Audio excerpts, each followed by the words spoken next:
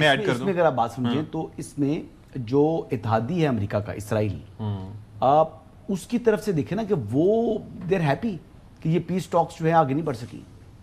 اسرائیل کے اندر ایک اطمینان کا اظہار کیا گیا ہے، جبکہ ہم تصور کر رہے تھے کہ شاید وہ ڈیسپریٹ ہیں، لیکن انہوں نے یا چاہے ان کی پوسٹنگ اس قسم کی ہے جس طریقے سے بھی ہیں، دے سیم ویری ہیپی کہ یہ ناکام ہوئی ہے.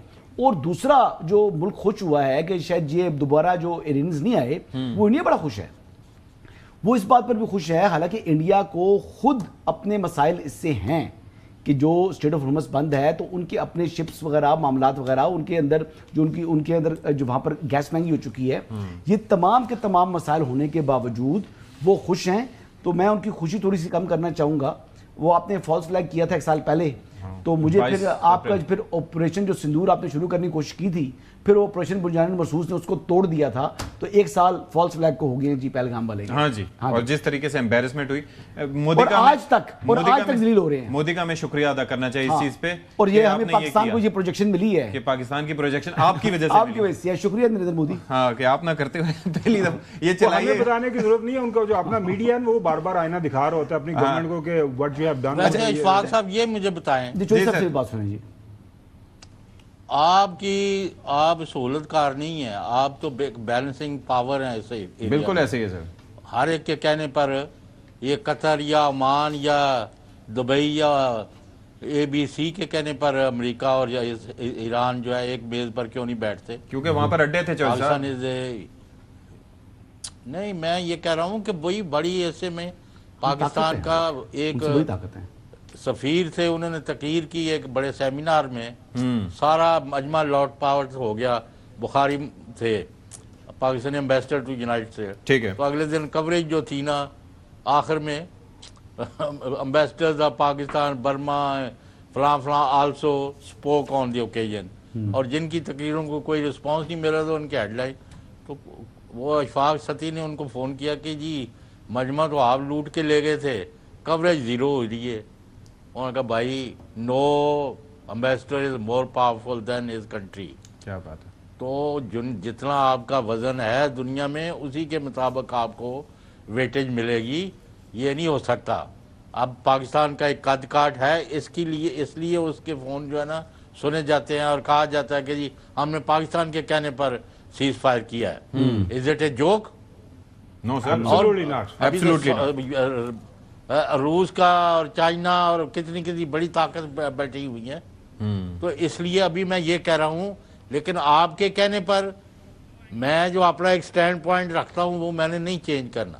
آپ کا خیال ہے ایران کسی کے کہنے پر اپنا موقع بدلے گا؟ I'm sorry sir, I don't think. Trump صاحب اپنی جو ان کی ولا یوڑزم ہے جو یعنی کہ روز ظاہر ہوتی ہے، وہ اس کو تبدیل کر لیں گے راتوں رات عادت کہ آج کے بعد وہ کانگریس کی سنیں گے، آج وہ ریپبلکن پارٹی کا مفاد دیکھیں گے کہ نومبر کے ان کا چومر ہو جائے گا.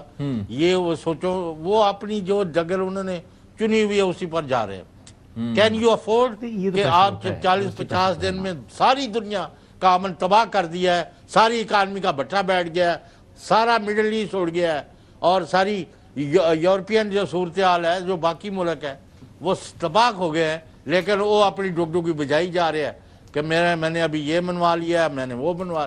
تو میں یہ کہہ رہا ہوں جو بیسک سٹینڈ پوائنٹ ہے اس پر کسی نے کمپرومائز نہیں کرنا. You can bring them closer. Yes. اچھا ایک چیز تھوڑا سا اختلاف کروں گا کہ یہ جو ڈومیسٹک ہے نا، جو ہر روز لیکن اب 60% کراس کیا، 61 62 63 ہر روز 1% 2% جو ہے نا جنگ کے اوپر جو امریکہ کا اس وقت سٹانس ہے اس کے مخالف لوگ ہو رہے ہیں، اس کے انفیور میں جا رہے ہیں.